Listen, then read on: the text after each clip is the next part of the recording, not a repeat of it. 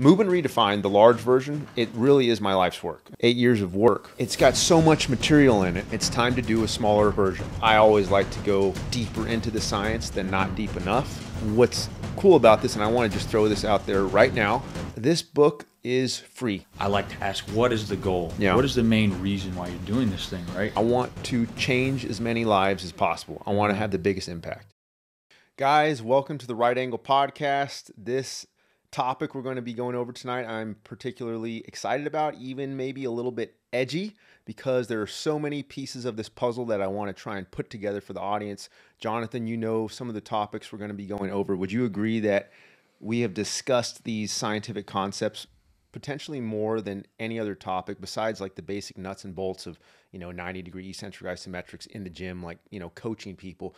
Some of the things we're going to go over tonight in terms of the practical application, we have discussed in depth and about as deep as you can go, right? Yeah, no doubt. No, for sure. I think this would be a really good topic that people need to hear that is really applicable to the practical application, what you actually do in the weight room, and go from there. Exactly. Because basically what we're going to try and do tonight is take the 90-degree concept, okay, but understand the science and how we got to this 90-degree concept, not just, hey, we tried 90 degrees and it worked. It's like, no, actually, we looked at the science first, and that's what drove us to this 90-degree concept.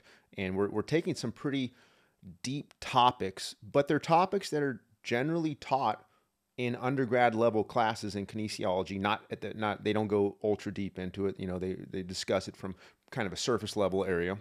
Master's programs, they obviously get deeper. That's why as you're doing your master's in kinesiology right now, some of these topics I know you're going over because we've had discussions about them. Obviously, when I did my PhD, we hit another layer of depth in terms of things like length-tension relationship, biomechanics, muscle physiology, structural muscle physiology, neuromuscular physiology. I want to take those concepts and tie them into the practical application. We're going to have this discussion, so I think the audience will benefit from it. But I want to first make sure we tie in what we discussed last time, right? We went over muscle function. We went over muscles acting as an endocrine organ, which is always, to me, is such a fascinating topic. And understanding how disease, every type of sickness we know about is related to inflammation. But it seems like one of the main modulators of inflammation is what? The muscles, right? Because the muscles are the largest endocrine organ of the body. And by far. Exactly. It's by huge. Far the largest endocrine organ. Huge. Exactly. So their impact to determine our overall health and physiological function is massive.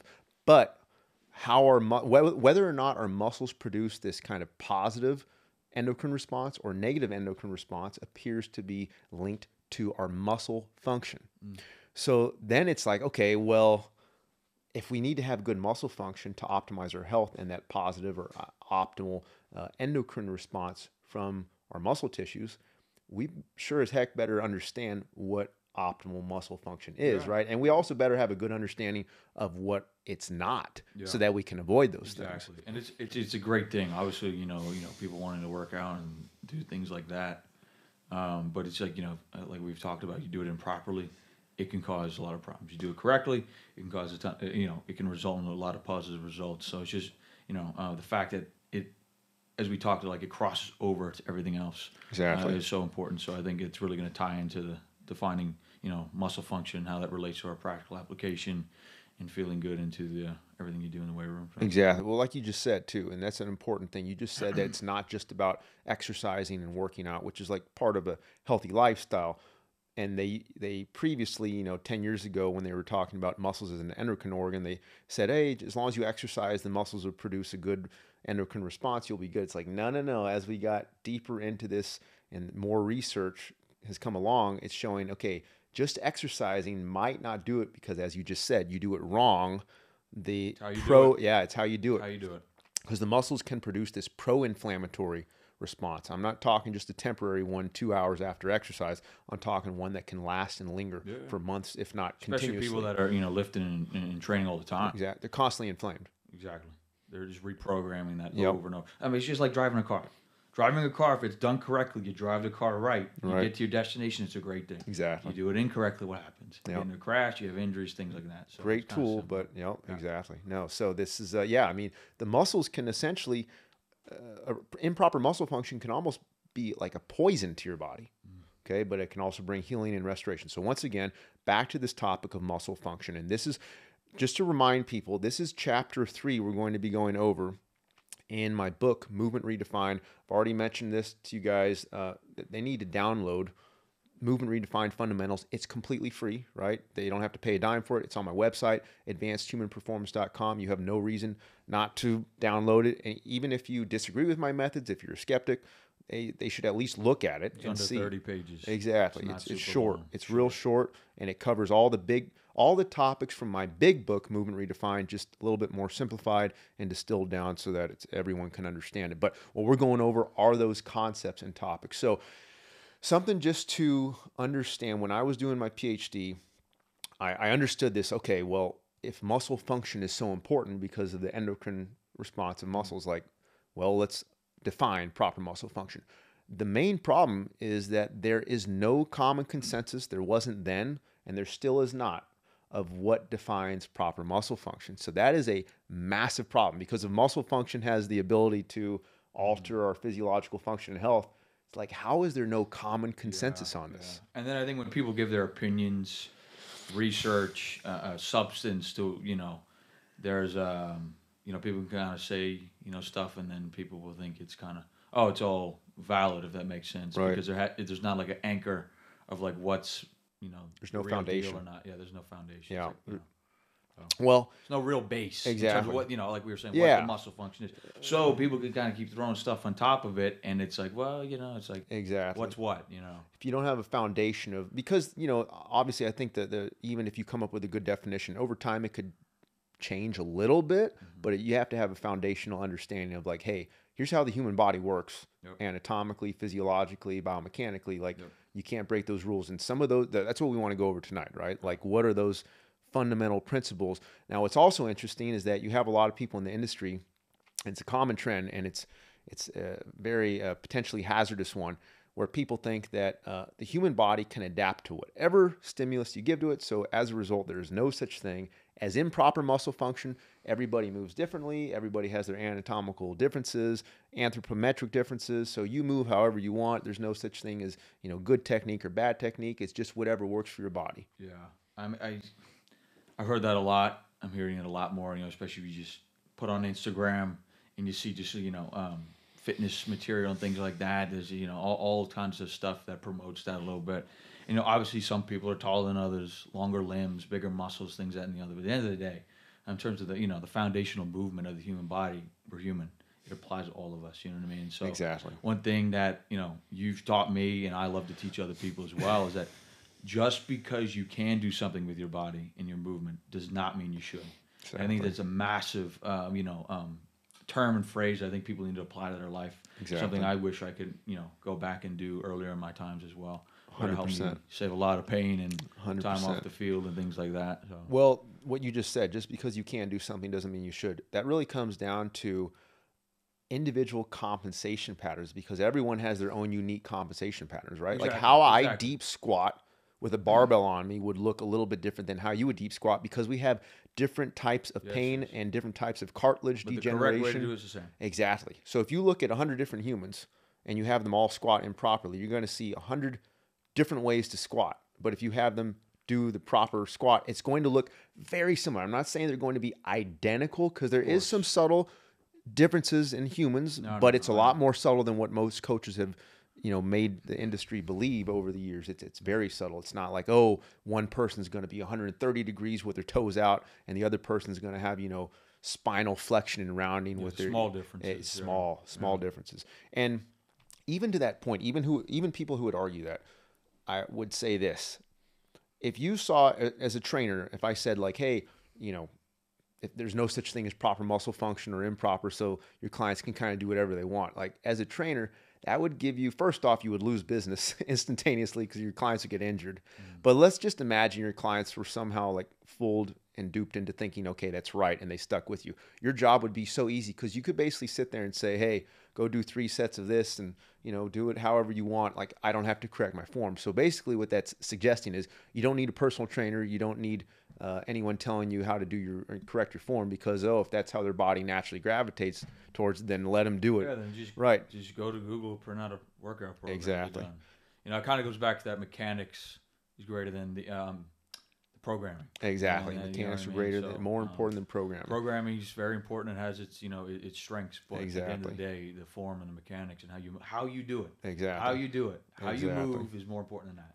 So I would pose this question to any coach who's inclined to go with that argument of like, every human is different. Everyone's going to move differently.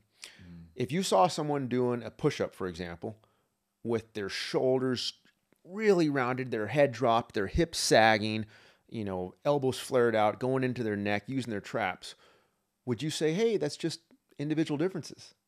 Or would every competent strength trainer, coach, physical therapist, personal trainer, anyone who knows anything would at least make some subtle corrections to that, right? Anyone. Okay? So if someone agrees to that, then what you're suggesting is there is such a thing as proper muscle function. Yeah. Maybe. But again, there's just not a true base, right? At least yet, in terms of like people out there with the fitness. Exactly. And training. And I believe what we're going to discuss tonight is going to solve and remedy that, and we are going to be able to give a decent definition of that, and it's based on the 90-degree method because you want your joints to be stacked. You don't want things to be compensating. You don't want to have be out of alignment. You don't want your posture to be like improper. A building. Like a building. What if a building wasn't stacked? Exactly. What's going to happen to it? It's going to crumble at some point. Maybe not next week, maybe not in 2 years, maybe 10 years. There's going to be those structural breaches, which gets back to the joint centration, which we'll talk about probably not tonight, but some other podcast about stacking the joints. But the 90-degree method allows that to happen. So with that said, I want to kind of just jump into some of the topics from the book. And I think one that we've talked a lot about, and people in the industry don't like to discuss this because it's the length-tension relationship. When you start discussing the length-tension relationship of sarcomeres or muscle fibers, inevitably you're going to come to this conclusion like, there's this optimal range of motion that our body likes to function at, and if we breach that, it's not optimal. That's not ideal. And this is taught in literally like muscle physiology 101. Now, they don't get deep into it. I did it myself. Right. Exactly. But again, there's kind of like this overriding of that, and that it's like, it doesn't matter because my body can adapt to all this other stuff. Exactly.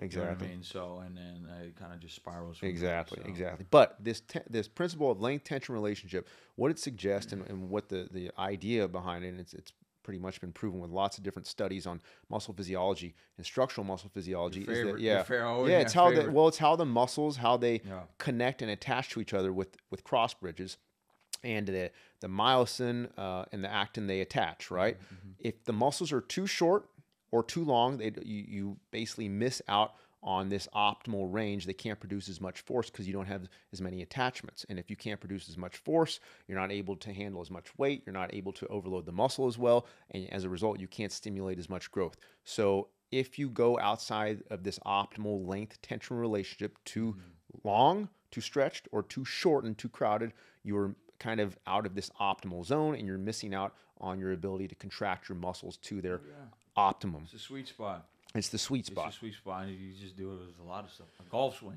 Yeah. If I keep going and I just keep going too far, it's not going to be best as the best results. If I go too short, same deal. Same with a basketball shot. Exactly.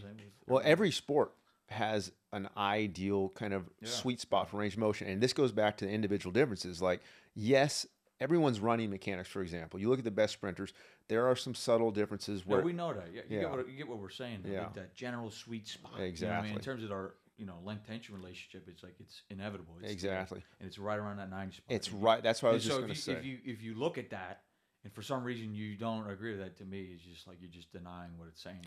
Exactly. Well, if you look at someone's sprint and they're in their stride position, where they're in they're in their kind of max hip flexion and knee flexion position. That hip and knee joint should roughly be around 90 degrees. And what you end up seeing is if it's not, they start, well, first off, you leak energy. You're losing force, meaning you're losing speed and power. Yep. But more importantly, you're overstretching usually the hamstring or hip flexors, and they pull stuff, tear it. Yeah. You know? I'm just following, football over the years. A lot of some of my great players, favorite players, hamstring pull Yep. all the time. Hamstring pull. I'm like, if they didn't have a hamstring problem, they'd be playing exactly. all the time. Well, it's probably because Yep. they train with excessively large ranges of motion. It transfers to their movement. So now they're overstriding. And overstriding is one of the main things, as we've talked about, that contributes to hamstring tears and pulls. I don't know who it was. I think Dak Prescott had a hamstring injury this year. And like the one that set off was just throwing the ball. And then there was a college player in the SEC, maybe Florida, I can't remember. And I just saw him running, and it just boom, just running like that, and his hamstring's gone. Like I'm just like, man. And so people probably think it's that exact thing, that run that he did, or that throw Prescott did. It's like, no, it's a snowball effect of all the other stuff That's the final straw. Talked about before. But it's funny because all these injuries, like the hamstring ones you just mentioned, hip flexor ones, almost all of these are non-contact injuries, meaning the nervous system malfunction. And that is a byproduct of faulty programming from your training. We never used to see this level of frequency of hamstring injuries and non-contact injuries until strength training and exactly taking a stride, because everyone's using excessive range of motion. Taking a stride, taking a stride, no pun intended. That's good. I like that. For sure. So I think we've established that 90 degrees roughly is that kind of optimal length tension relationship, or 0 to 90 degrees for most movements, because you obviously have to move, and you can go, believe it or not, past 0. We've talked about this. When people say, hey, how come you go to 0, which is like your full range? It's like, no, 0 technically you can go past 0, especially if you let your posture go, and then you can overstretch or overshorten. We'll get more into that into some other discussions, but I want to talk a little bit about muscle spindles. Our favorite topic, right? Big time stuff, right? Oh yeah, muscle spindles. This is one that my professors used to joke around with me, because they I'd bring up muscle spindles in almost every class, because in my opinion, if you can understand muscle spindles and understand their practical application, therein lies the secret to finding the holy grail, if you will, of strength training. Yeah, no, for sure. And I think the muscle spindles are kind of like it's like a slide. We're going from the science, the research, into practical application. Like if you can get muscle spindles right, you're going right into being able to do the practical application as best as possible. 100%. So these muscle spindles, it's little feedback mechanisms.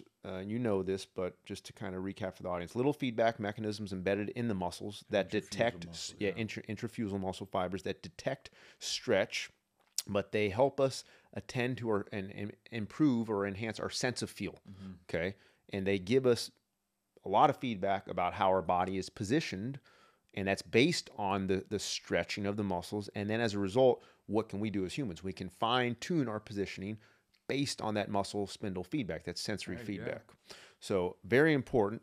But here's the deal with muscle spindles. We're going to go, as we kind of go further into the research on this, it's like, okay, well, if we want to master our movement, and we know that muscle spindles help us fine-tune and auto-correct using intrinsic feedback, if we know that's really how you are going to master your positioning, your body mechanics, well, how do we optimize muscle spindle activation? That to me is the secret of this whole thing. If you can optimize muscle spindle feedback, then you're mastering your movement, and it's going to transfer to all areas of life, whether it's sports, whether it's walking around, whether it's picking up something heavy. So one thing I wanted to mention, kind of going back to the length-tension relationship, that's kind of related to what we're talking about, was, I think one analogy that I love to use is kind of that lever, that tool, that lever. You have the kind of like liquid dot in that sweet spot, in that center spot. If I pull it too far this way, it's going to fall out. If I pull it too short, it's going to fall out as well. So it's kind of with the 90 in terms of the length-tension relationship. And it relates to the stiffness thing. And how it relates as well. And then also was the study, the leg press study. Ah, yes. Yeah, so we were kind of breaking that down a little bit, talking about that, digging deeper into that, and how it was very interesting because they pretty much came into the study trying to promote deep range of motion, I'd presume. And then kind of what they brought out of it was kind of the 150 degrees with roughly 90 to 100 degrees had the same results, the same output. Yeah, there was and then we dug deeper and we kind of found out, well, it was more than just the same. Yeah. It was around the 90 spot was promoting even more muscle growth Yeah. in comparison and other benefits. Especially because the strength increases in the 90 to 100 degrees was significantly more than the 150. And it's, I mean, it's right in that study. Yeah. But it was cool. What I think why you're bringing this up too is the researchers, which I found was very fascinating, is they alluded to the length tension relationship as being one of the reasons why it's not necessary to go past 90 or 100 degrees. And as you mentioned, this relates to stiffness. Okay, this whole thing is like a puzzle, and all of these elements are related to each other. And after this, I want to talk about congruency. Just for 10 seconds afterwards, because you know where I'm getting at with this. But muscle stiffness. Okay, so if I just said, hey, muscle stiffness, if you didn't really know anything about kinesiology, you would think like what, negative connotation? Yeah, pretty much. You know what I mean? Like muscle stiffness, I need to be like this a little bit. You know what I mean? And then if I need to stretch my muscles, it would just have to be a complete, deep, crazy stretch. Exactly. So that'd be what I would think. You're right. Common sense, right? Yeah. Yeah, a lot of people think that muscle stiffness is a negative thing, and it is a negative thing if things are out of alignment and the wrong muscles are stiff. But the right type of muscle stiffness has been shown to be one of the, if not one of the keys, probably the most important thing for activating muscle spindles. So, but here's the problem: in most of the textbooks on this topic of muscle spindles, they say, hey, the main way to activate muscle spindles is stretch. Yes, that's true. Until you go another layer into the research and they say in order to make sure those muscle spindles respond to stretch, you have to have high levels of stiffness and tension. Exactly. So if that stiffness is not there, you can stretch a muscle all you want. You're getting no feedback out of it. So when most people strength train and they use large range of motion, what happens? And one thing like you said is that I've heard you say before, muscles are kind of dumb. Muscles don't know how much weight you're putting on. Muscles don't know, you're using this or using that, variable in the weight room or this and the other. But they can sense and they can feel the tension, the stiffness that's going on. That's exactly. And then that's going to be able, for them to fire correctly, to be able to put output and protect itself, in all areas. So that's 100% true. And that comes down to your central nervous system, using your mind to basically say, back to the proprioception, back to the length tension relationship. Exactly. And it's kind of this cycle of like, if you're using it properly, the stiffness helps. Come into the length tension relationship, that helps with the stiffness. You're able to tune in more. You're able to lift more. It's a positive cycle. Good. Exactly. It's a positive cycle. But as you said, that full body tension, creating that stiffness, and just understanding that you can't be loose when you train. A lot of people are very loose when they strength train, right? Especially with the lightweight. The very lightweight. It's like, it's 20 pounds. I don't need to be stiff. Nah, you need to be keep that tension, that co-contraction all the time. Well, even for us, having done this for years now, we still have to remind ourselves, hey, even though it's light, you still have to give the same exact effort, the same level of exertion, create the same level of muscle stiffness, so those muscle spindles can give you the optimal level of feedback. So I think this is very important to understand, because whenever you do any type of intense physical activity, you want as much proprioception, meaning sense of feel, and this is where the muscle spindles that give us that sense of feel. So if a certain type of protocol is promoting less sense of feel and decreased proprioception, obviously that's not ideal. And most traditional forms of strength training that use larger range of motions, that's exactly what it's doing. It doles it out. It doles it out, exactly. Your muscle spindles aren't giving you feedback. So most people have very poor sense of feel. They can't feel if their feet are rotated out. They can't feel if they're compensating. This numb effect. It is a numbing. So when you do it, and someone were to come to like you or me and be like, well, he's at least for the time being, it's like they're kind of numbed out without them even knowing. So they're like, why would I change? And then it's like, well, until you realize when something happens, especially. It's like, wait a minute, I wasn't doing it right for a long time. It's like your nervous system is on drugs. It's doped out, right? It can't give you it's like just dull. It's desensitized. Like, you're trying to be healthy, trying to sleep and feel good and function well. It's like, if I keep popping an energy drink to have energy, it's going to override the system. Same. I need to be able to calm down, rest, get in a positive cycle. It's like we talked about with, deep down into the length tension relationship and muscle stiffness. Exactly. So that stiffness helps promote an optimal length tension relationship of roughly that 0 to 90 degree movement. I want to get into elastic energy. This is a little bit more of a not an interesting topic and tricky one, but it's one that's not discussed quite as much. It goes back to biomechanics, and This is potential energy, how our muscles store potential energy and how it uses that potential energy to release elastic energy. So it's like a rubber band / spring effect. Can you have more elasticity out of your muscles? Yeah. To create more power. That's essentially one of the ways you can explain how we move as humans, right? Yeah. That elastic energy. Most biomechanists have agreed on this, that you want the stiffest usable condition you can have without being so rigid and so stiff that you have no compliance. Because if it's not compliant at all, you're going to have no springiness, right? You're not going to have any elasticity. But you don't want to be so compliant where it's like a wet noodle and It's the lever. Exactly. It's the lever. lever. Here, I'm not too far there. Exactly. Exactly. And that lever of that range, again, most biomechanists agree that it's in that stiffer zone, that more rigid zone that we want without being too rigid. Like you said, it's in that level spot. So that's an interesting topic to understand in terms of like, just principles of elasticity and springs in biomechanics. It's like, no, we want some high levels of stiffness. That reciprocal inhibition a little bit, right? Yeah. I want to get into that. We'll get into that in maybe a few minutes, because that one, I think if people can understand that one, that's more of a neuromuscular thing, but it ties right back into the biomechanics. So and I think, one thing for people to, remember too, where we're getting at as well, you do these things, you're not just going to feel better. You're going to lift more. You're going to be more powerful. You're going to be a better athlete. You're going to be strong. You don't have to be an athlete. I'm just saying you're going to be more potent in everything you do in the weight room. So it's not just, I feel good. It's like, no, your numbers, your strength, they're going to go up, That's the key takeaway here. You don't want people to get lost in that. You don't. No, like you're going to lift more. Like I'm going to, instead of bench pressing just under 3 plates, I'm going to get that 3 plates and plus. And we're going to talk about that. And like you said, the reciprocal inhibition is going to play into that, because that's an interesting topic. We'll get to that. For sure. But I think what you bringing that up reminds me, we need to talk just for a second about scientific congruency. Yeah. Right? And congruency, we always discuss that, means things come together. They agree, right? Well, when you look at a lot of the protocols that fitness influencers and trainers are advocating, if you look at the various disciplines within kinesiology and how it matches up and kind of highlights their methods, usually they can only point to like one area of kinesiology that supports it. They might be able to point to a study in like muscle physiology that shows, going deeper is better for muscles, right? But then you look at biomechanics, it's like, nope, the biomechanics does not agree with that.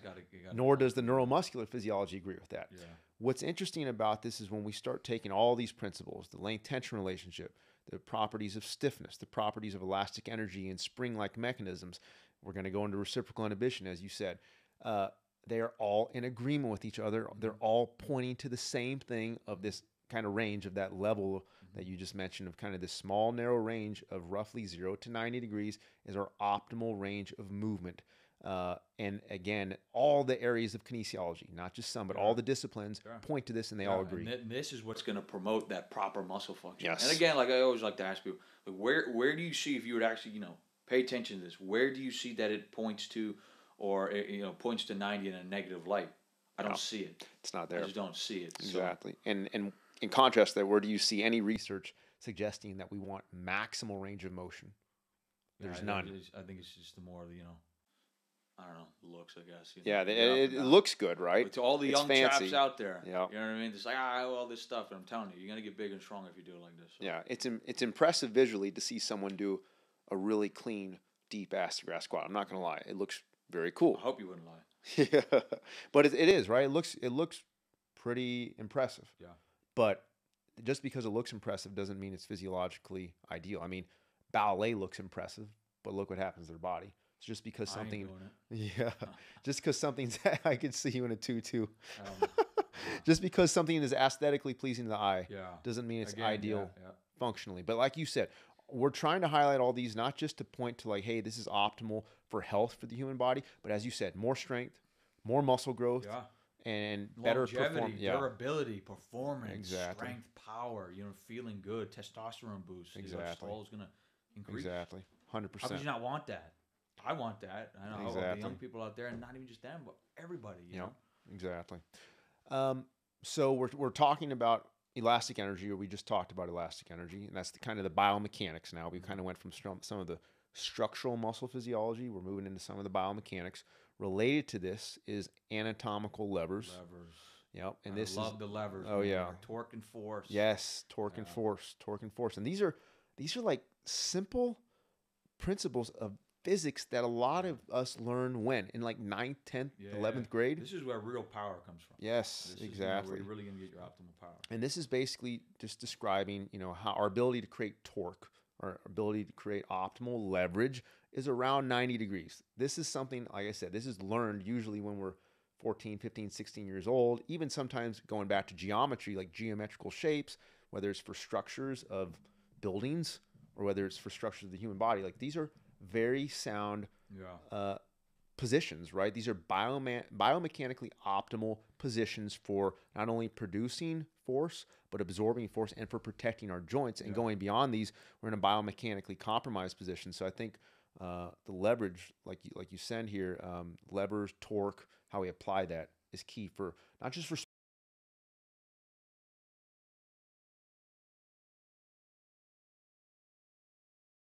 It has so many implications for everybody, especially athletes. Yeah. That torque, that leverage, those throwers, you know what I mean? Things like that, rotational batters. We go on and on, but But an interesting tie-in, just this is a simple one to understand, is that if you have optimal leverage at roughly 90 degrees and you can absorb force, like we said, and you're taking tension off the joints because you can absorb force, okay? Now let's say you get into a position where you have poor anatomical leverage, where you're not absorbing force. What ends up happening? You have inflammation now building up in the local tissues and joints. And what do we just talk about? What does inflammation produce? It's sickness, diseases, malfunctions, exactly, compensation patterns, exactly, poor performance, suboptimal, exactly, this, that, and the other. And then, like you say all the time, which I love, good is the best enemy. Yeah, it's the enemy of best. The enemy of best. There you go. Yeah. So a lot of times it's like people, even if they're doing pretty good, they could be doing better a lot of the times in their stuff. If they're having that optimal stuff. So. Exactly. Well, you'll see it if someone is training with say 140 degrees on their squats and they adjust to 120 degrees roughly parallel, they're going to feel better. But that's not best. Yeah. So they might stop like, oh, this fixed my knee pain. It's like, yeah, it fixed my knee pain too until about a year later where it reoccurred because you didn't find the best training method. Yeah, and another thing you said that was great was high force absorption, being able to absorb the force. That's one thing, I think a lot of people miss is it's just all about, pushing the force, which is awesome, but how are you going to absorb the force? A basketball player jumping up and down, how are you going to absorb that force? How many times have you seen a basketball player come up from a rebound and something happens, you know what I mean? They're not able to absorb the force as best as possible. Well, what did we talk about last time with the muscles as an endocrine organ? If you have just one side of pain, one site on the body, what happens? Inflammation increases. Yeah. And to the point where, like, when they looked at the C-reactive protein test, what happened? These people can actually be in high cardiovascular risk just from one injured site or one area of pain on the body. And like you said, if you're not absorbing force well, now you're going to have your knees are hurting, your hips are hurting, your ankles are hurting. So guess what? Not only is your performance going down, you are becoming sickly. You're poisoning your body from moving wrong. Yeah. Exactly. Before we go into any more of like the neuromuscular physiology, I think a good or move into neuromuscular physiology, because we've talked about some of the structural stuff. Yeah. We've talked about some of the biomechanics. Something that people need to understand, this is principles of motor learning, which is related to neuromuscular physiology, how our nervous system fires. Movement transfers, right? How we move in the weight room transfers to all areas of life. Yeah. And you see this, I mean, when you used to play college football, how you would move in the weight room, what happens? It's going to transfer to how you're blocking, cutting. Yeah, man, everything. And obviously everything on the field, everything, related, but just life. Yeah. If I go take a 2-3 hour drive and my muscles are not in the right spot, my hips and back, they're going to be all over the place. Yep. But it's like, as best I am locked in and activated, it's like being able to attack those activities and do that stuff. It's just, man, I'm not going to feel any better than that. Exactly. I mean? Well, everything else I've tried, everything else I've done, don't make the cut. That Yep. makes the cut. I feel pretty good. I feel confident. Keep doing that over and over. So, but the key is how you do it. Yep. Staying on top of it, and the neuromuscular advances that you make. Yep. And you know what I mean. So, because if you do it right, it's going to snowball in that right direction. Your neuromuscular efficiency will enhance. Yep. You'll be able to lift a little bit more. And there'll be people, when you train with as well. Like I know some people, this guy might be a little bit stronger than that guy, but that guy's going to lift better. perform better, this and that, because there's neuromuscular advancement has been happening more and more because he's been putting his muscles and the length tension relationship in the right spot over and over and over, less inflammation. Well, as we see it a lot, just because an athlete is strong, can lift a lot of weight, doesn't mean they perform well. Is oftentimes the athletes that have the best body mechanics are going to be the ones that perform well and have longevity, and that goes back to technique, length tension relationship, like you said. Interesting point you made too about like the driving in the car. A lot of folks have issues driving in the car. They'll say, "Oh man, this car messes. The position of the seat bothers my hip, bothers my back." It's like, okay, that makes sense, but that's probably the final straw. Again, it's because their muscles are spastic and tight because they're not in the right position. Things are off. They have imbalances. And then going in the car with the rails. I mean, imagine how much more spastic and tight it's going to get. Exactly. Problems. Exactly. So just to drive that point home, the nervous system is very pliable. Yeah. And if we train to use excessive range of motion in the weight room, we're doing squats, 120 degrees, 130 degrees.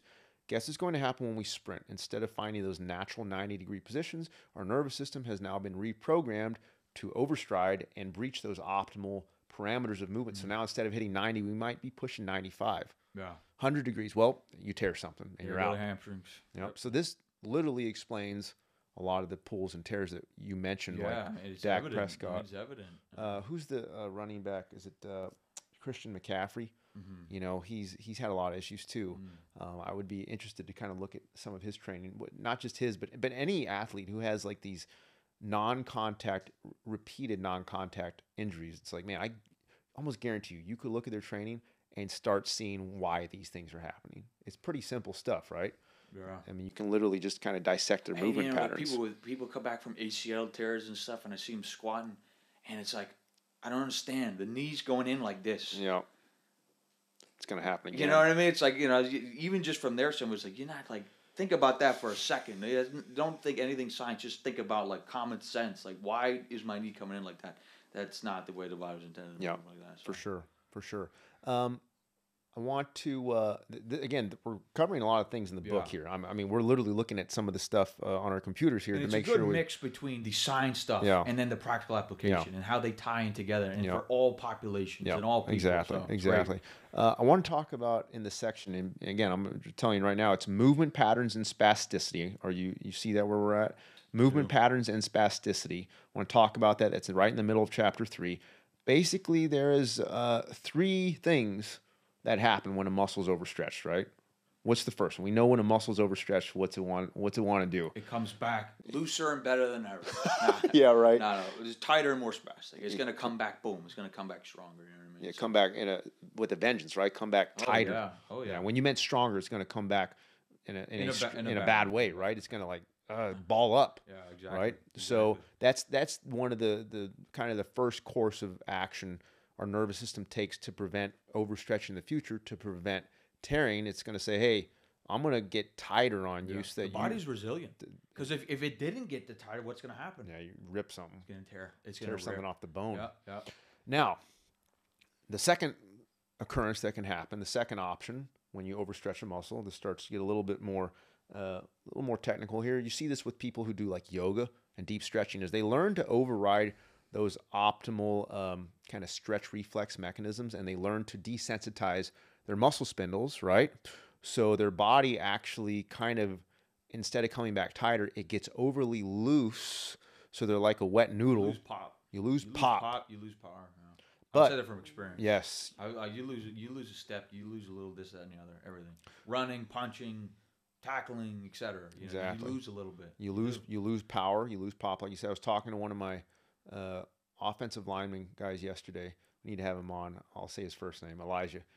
I got to make sure he agrees to come on here. But he was talking about like from training too deep on bench press, from blocking people, he could feel he was getting too jammed in here instead of staying at 90. Oh man! And when I train offensive linemen too, both sides of the ball, but especially those. I mean, both sides, and then a lot of times those tackles and stuff. Yeah. When they're coming up in here like this, it's like, show me where you're doing it. It's just like, here, here. I'm like, why would I want to be here? Obviously, it's like, football, things happen. Next going to be, you're not going to block everybody every time perfectly ideal, but generally speaking, you want to be up in here. I got my lats engaged, my shoulders down packed. So Yeah, It's exactly. evident. It's evident. Exactly. And, Exactly. but that, as we've established as well, once they have to do all those crazy stuff, their muscles and the muscle fibers are strong, protected, and ready to be able to combat those really tough positions. That's exactly it. Because, like you said, you are going to get in some positions. You're not going to make perfect blocks every time. But if your nervous system has been reprogrammed and programmed properly to stay around 90 degrees, it's going to pull you back into that optimal range instead of having excessive musculoskeletal deformation where now it's like, okay, I got yanked here, but now I'm stretching even farther because my nervous system says, oh, it's okay, but then you tear a pec. And then, you hear in sports a lot of the time in athletics, we're getting into that for just a second, but, master the basics in terms of like, your sport, your form. You got to be able to master the basics. Generally speaking, when you're doing basics in like sports and team sports, it's around those 90 joint angles and things like that. Exactly. So it's not those crazy stuff. That's when you're doing more the extreme stuff, the non-basic stuff. So there's very few scenarios in sports where it's ideal to be past 90. It is going to happen. And it's going to happen more frequently if you're training with excessive range of motion. But if you're training with optimal range of motion, it's going to happen less. And when you do get pulled out of position, you're not going to be pulled out of position as extreme. Right. And then you can use better at your sport, your basics. Exactly. And then be prepared for the tough stuff. So we said that, we're talking about what happens to a muscle when it's overstretched. Number one, it comes back tighter with a vengeance. Number two, you override those kind of muscle spindle natural mechanisms, so the muscles get overly lengthened, like a person who does a lot of yoga. Their muscles are just overly loose, and then they tear something, or their joints aren't protected because the muscles are too loose. The third one, though, is it has to deal with like reciprocal activation of muscles. So if I overstretch my hamstrings, right? Let's say I'm doing an RDL, okay? Instead of stopping at 90 as I should, let's say I go a little bit farther. Well, okay, my hamstrings and glutes are over lengthened, but what is now overly shortened? Quads and hip flexors, right? So now I just created another host of problems because my hamstrings and glutes are going to want to come back tighter to combat that stretch, but now my antagonist muscles of my quads and hip flexors, yes, they're hopping around, you're just, hopscotching around everything. Exactly. So sometimes it's a combination of all three of these. Sometimes it's one, but always when you train with high force scenarios and you overstretch a muscle, it's going to be at least one of these scenarios happening, and none of these are optimal. Exactly. It's like, why fool around with danger? And all of these things, just to reiterate, because they produce inflammation because your muscles aren't absorbing force well, what are you doing? You're literally accelerating the aging process of your body, and you're accelerating sickness in your body, which is crazy that just because you're moving faultily means that it's happening, but that's what the research suggests. Yeah, it is. Again, quick reminder, to take the movement and the training seriously. Yeah. It's not, it's not really a joke because, again, you do it wrong, it has negative effects. Do it right, great effects. So. Exactly. So that we're kind of getting into like neuromuscular physiology here, right? And these are deeper topics, but I think people are seeing here like there is a lot of substance to this 90-degree thing. It's not just something that was a figment of my imagination or a figment of our imagination as trainers, something that we want to come up with to differentiate ourselves. This is something that we looked at the science in all the areas of science. We're going to move on to autogenic inhibition, Golgi tendons, right? Okay, I know fancy terms. These are simple. We're going to simplify it for you like we've been doing everything else. Golgi tendons, they respond to tension specifically on the muscles and tendons. That's why it's called a Golgi tendon, Golgi tendon organ, okay? So Golgi, right? Okay, so they moderate tension on our muscles. And if there's too much tension on the tendon, well, guess what happens? These produce a reflexive mechanism called autogenic inhibition. What this means is that your body will, it's kind of related to the other stuff, it'll shut the movement down. It'll basically tell your muscles to stop firing to protect itself. So imagine you're doing a bench press. You put all the tension on your tendons. What's your body say? No, I'm not stopping this. And you see this a lot when people bench press. But then you override that. You can override it. It's tough. Yeah, but you can only override it up to a point until the body injures itself. Exactly. It's like the smoking analogy. Yep. You can keep smoking exactly for a week or two. At some point it's going to catch up. Exactly. And like I said, you can override it, but what's more optimal is don't let that autogenic inhibition happen in the first place. And the way to do that is stop putting so much tension on the tendons, okay? Wow. And when you do that with proper form, like the bench press, for example, autogenic inhibition, just a good example of this is if I'm doing bench press and I'm putting too much tension on the tendon of the pectorals from not being in the right position, posture plays a big role in that, right? What's going to end up happening? My body's going to say, whoa, whoa, whoa, there's too much tension on this front area right here. I'm going to actually like pull away activation signals. I'm going to inhibit those muscles so that they can't fire as well because I need to protect this. Something's going to rupture here, right? And so this has been a topic in the industry for like 20, 30 years. A lot of the Russians, the Soviets way back in the day, they tried to always come up with methods to overcome and to override this autogenic inhibition from Golgi tendons. It's literally been thought that if you can figure out a way to override autogenic inhibition, you would create like a superhuman athlete. Well, what we're saying here is like the way to do that is 90-degree training. Yeah. Yeah, I mean, I think the solution for all that is like you're doing a bench press, just put 10 plates on. Put 10 Just plates put more weight on, exactly. Yeah. Keep it going. Like, figure it out from there. You're either going to have to override autogenic inhibition or you're going to blow something out. Exactly. More weight. For sure. More weight. But yeah, no, definitely. It's definitely not, definitely has its negatives and, snowballs from there. And so the autogenic inhibition thing, what's interesting about this ties back to muscle spindles. Okay. So autogenic inhibition, like you said, creates, or it's that, process where the muscles start to shut down. This is commonly thought of in the industry. It's labeled the inverse stretch reflex. Okay. Well, the stretch reflex that happens from our muscle spindles. Okay. So we already talked about muscle spindles. They respond to stretch. The way you prevent autogenic inhibition from happening is you have to activate muscle spindles because you mentioned this earlier. Muscle spindles, when you fire them properly, you create what? Reciprocal inhibition. Okay. And that's that slingshot analogy. Yeah. So the best way to think about this now is that if I'm doing a bench press and now I'm using my back to really squeeze into position to stretch my pectorals, well, now guess what happened? Instead of having tension on the tendons, they're on the muscles, and my muscles are sensing stretch.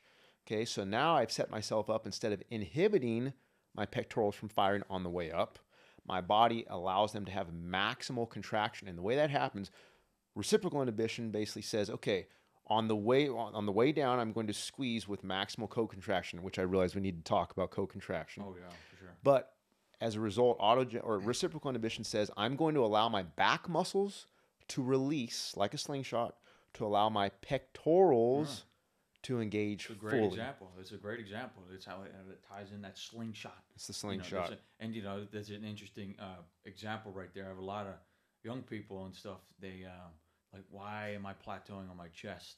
And I'm like, all right, your back, bro. Yeah, you got no back muscle. You know what I mean? Yep. It's just because they're overriding that. You know what I mean? So you're overriding that. But what's I want to talk about co-contraction because this goes back to even stiffness, right? Sure. Okay. So we talk about this all the time. What do we tell athletes when they're doing tight. Stay tight, and you want to squeeze, right? You really want to squeeze in it, squeeze find into that stopping it. point, exactly. Go from there. And again, this is not, this is going to produce that maximal force, yes, maximal power, maximal weight in the proper spots, and this, that, and the other. So it's like, man, it's just like in terms of being able to move the weight right and powerfully, it's like you're going to be so much faster and be so much more. Exactly. Well, this is again what the Russians were working on for 20, 30 years. Of this is why they wanted to do it because it's too far. Yeah. And they wanted to figure out, hey, how can our athletes lift more weight, be stronger, be more explosive, produce more force? It's all these things we're talking about. So, as I mentioned, co-contraction. This sets up reciprocal inhibition, right? Because once again, the bench press. A lot of people, they're so loose when they bench press, their back's not firing, right? Okay. So as a result, tension, like I said, goes to the tendons. They get that autogenic inhibition. If they're firing their back, that's co-contraction. Now I'm using my opposite muscles to pull my body into the right position. Right. Now, people can get hung up on this because it's like, oh, I need to think about, using this muscle when I do a bench press. Stay tight, do the movement. That's it. Stay tight, do the movement. You're fine. Stop overthinking it. This, that, and the other. No. Stay tight. Yes. Here, boom, do the movement. You'll be fine. You nailed it. You simplified it. Co-contraction optimally and naturally happens when you have the right posture, when you stay tight, right? And you find your natural stopping point. At 90 degrees, your body will instinctively co-contract as long as, like you said, you stay tight. And you won't even really have to think about trying to I need to use my back or I need to squeeze in this position. It's going to naturally happen So a lot of people think like, oh, the co-contraction, I need to try to figure that out. Posture, stay tight. It'll naturally happen. You won't have to overthink about it. But that sets up that slingshot effect. So now my pecs can maximally contract. First. Then you can relate and then transfer into that reciprocal inhibition. Yes. And produce as much force as you can with that slingshot. That's the slingshot. Co-contraction, reciprocal inhibition. Staying tight, That's the produce order. power. And if you don't, you get autogenic inhibition. That's right. Now, before we move on here, just for an interesting side point here is that when we look at, so basically autogenic inhibition and reciprocal inhibition, they're polar opposites, right? We want reciprocal inhibition, which is good. It's the slingshot effect. Autogenic inhibition is the opposite. It's like putting the brakes on, okay? What's interesting is that to get reciprocal inhibition, we talked about muscle spindles have to activate, okay? Muscle spindles have the fastest conducting axons and action potentials in the nervous system. They conduct faster than the Golgi tendons. So if someone is having their Golgi tendons take over and dominate their strength training rather than the muscle spindles, something really faulty is happening with their technique. Their autogenic inhibition is taking over. It's taking over. It shouldn't be. That's an unnatural state to be in, right? Especially if the action potentials and axons of muscle spindles should be overriding autogenic inhibition. So basically what happens is if you're training with excessive range of motion, muscle spindles aren't firing. You're not going to get reciprocal inhibition. Now we're into autogenic inhibition field. We're using that. The brakes. We need both. There's a balance. But at the same time, though, if you're overriding it, you're not using enough reciprocal inhibition. And then from there, you again not enough co-contraction leads to faulty form. Exactly. But you just said a great point. You need both, and I want to highlight this is not like switches and turning on switches as much as it is knobs. We need less autogenic inhibition. Right, less tension on the Golgi tendons and more muscle spindle / reciprocal inhibition. As you said, it's knobs. I was just thinking like driver's seat, passenger seat. You're cold. You gotta just twist this side, twist it here, just twist it here. Exactly. Get in the right spot. Exactly. Now, before we just kind of finish up and wrap up with a few more practical application things, I just realized I just wanted to point out one more thing about the co-contraction. Maximal co-contraction of agonist-antagonist muscles, like the bench press, for example. You know where that occurs to the maximum, right? Based on the research, it's 90 degrees. Okay, so they've actually looked at this with like lunges and other exercises. Like you get max co-contraction, that slingshot effect, at roughly 90 degrees. So this is kind of pointing back to if you want max co-contraction, which is necessary for what? Reciprocal inhibition to prevent autogenic inhibition, well, you have to be at roughly 90 degrees. You got to turn that knob up. Yes. And now we're able to turn that knob up in the right spot. Exactly. Even back to the length-tension relationship.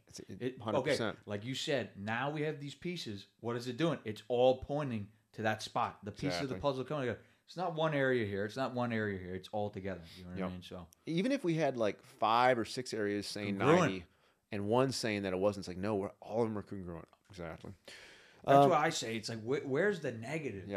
Where's the negative? If you're really trying to be legitimate about this and dig deep into this, where in this research is the 90 degree position negative? I don't see it. It's not. I really don't see it. The negative is that for a lot of people, training deep is their form of ego lifting because it pleases the bros at the gym. It pleases the squat police and the probably form wear AirPods police when they work out. Exactly, and they don't want the gym bros coming up to them saying, "Oh, you got to squat deeper." It's like to get your lifting card in the weight room and in the gym. It's like, no, you got to squat deep. It's like people talk about ego lifting. That's ego lifting because you're trying to please other people rather than trying to optimize your physiology. If you're trying to optimize your physiology based on science, it's pointing to 90 degrees. Get your burgers up, bro.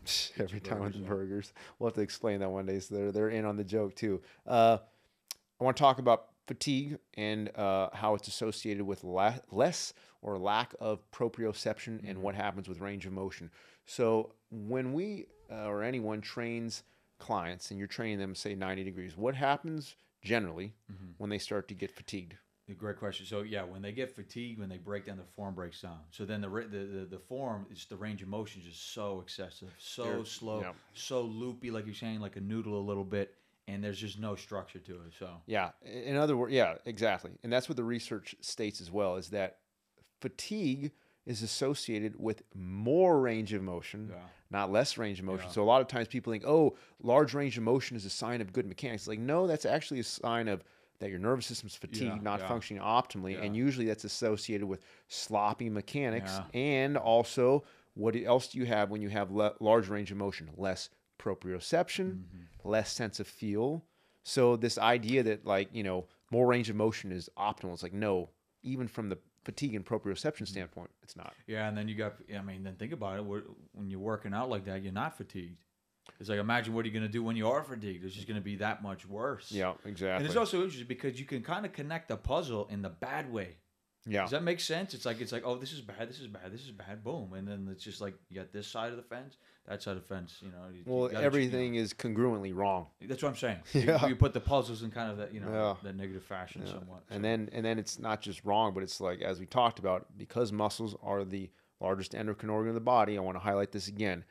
People who train with poor mechanics, which includes excessive range of motion, you're literally promoting disease in your body, which is, again, I know it's strong. Bad news bears. Bad news bears, exactly. Quickly, we'll touch on barefoot running and what happens with range of motion. For when they've looked at studies and they take people from shod running, which means traditional shoes, to barefoot running. We also see when they go to barefoot conditions, which is research proven to be more optimal in terms of helping or promoting better running mechanics. What do they find with range of motion with that? Reduced range of motion. Their stride length becomes more compact, and they're actually getting closer to around 90 degrees. And when people wear traditional shoes that are very thick, and it allows them to kind of have this lethargic or passive muscle firing, what happens? More range of motion. Yeah, for sure. And then you think about it, your feet and the intrinsic muscles in your feet can't operate and fire the way they're supposed to. So then that's going to travel up your whole kinetic chain. Exactly. And then things are just going to deviate from there. Well, it's exactly it. It's kind of like it starts with your feet. So if your feet are firing better, which happens with barefoot conditions, your body instinctively, without coaching, without cueing, what's it do? It gravitates towards more compact ranges of motion. Again, the whole thing's congruent. And then, it's just, when you run without shoes, I know for me, it's like, I feel like I'm flying. Yeah. As compared to, just stick shoes. Because it tightens things up. Yeah. Range of motion has to be tighter. You have to have more muscle stiffness because you can't rely on that artificial structure of the shoe, the traditional shoe. If I ever run up Stone Mountain, I got to go barefoot now. Your feet will be shot, man. You're gonna have to soak them afterwards.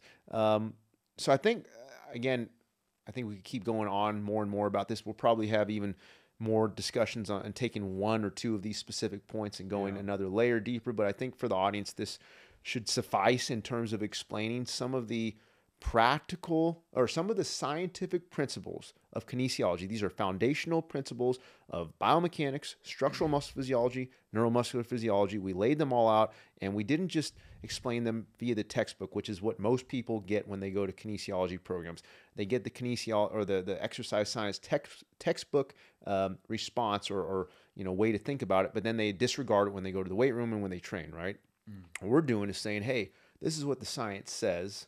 This is what research has been showing for many years now. Now, how do we take that and apply it to the real world application? Read it again. Yeah. Take your time, read it again. Exactly. You zip through it once, okay. Yeah. You go back and read it again. Like, wait a minute, there's more to this here. Exactly. So, as you said, read it again. So I would encourage everyone not just to read this book. Read this book again, too. Yeah, read this book again, too. Movement Redefined Fundamentals. Good plug for the book, which we're getting nothing out of it because it's free. But check it out on my website, advancedhumanperformance.com. But if you are in doubt about any of these things, literally go to any kinesiology textbook and you can read these exact things. But what will be missing is the transfer of how to take these concepts of the science and apply them to the practical setting. And that's what this channel is all about. This is what this book is about. This is what we are trying to do. This chapter's a great chapter for that as well. Yep. Take the science, right? We're trying to take the science and apply it to the practical setting to help you guys have less injuries, to have better quality of life, and to lift more weights, build more muscle, have better athletic performance, and just better all quality of movement. So check out the book, Movement Redefined Fundamentals, and we'll catch you guys next time.